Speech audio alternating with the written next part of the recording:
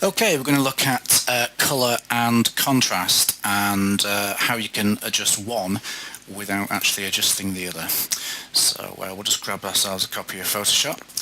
I'm just going to open a completely unretouched image straight off the camera.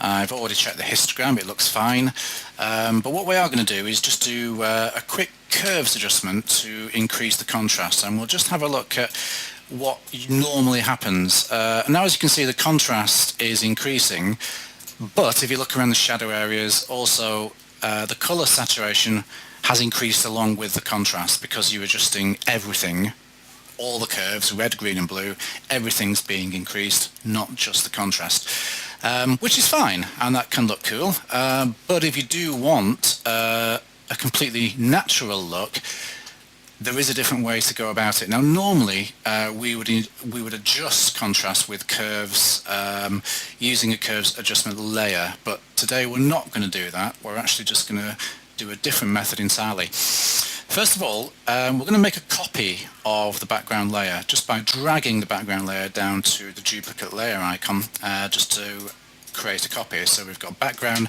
and background copy.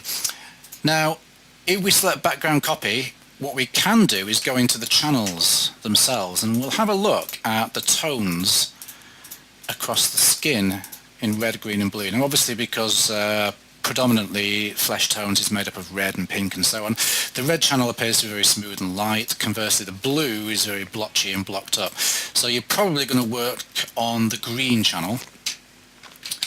And if we increase the contrast of just the green channel now, we can really pump up these curves, so it's very, very punchy indeed. As you can see, lots of contrast, very, very deep blacks, very, very bright highlights, a really contrasty image, which is fine, but it's black and white. And if we go back to RGB to have a look at the colours, you'll see that there's a massive shift in colours now, because all we've actually done is increase the contrast of the green channel, not the red nor the blue. However, because we've got two channels now, we can actually see that the underlying layer, the original layer, still contains the correct colours that we want. So what we need is the contrast of our background layer, sorry, the colour of the background layer, but with the contrast of the background copy layer. And we can do that by selecting the correct layer blend.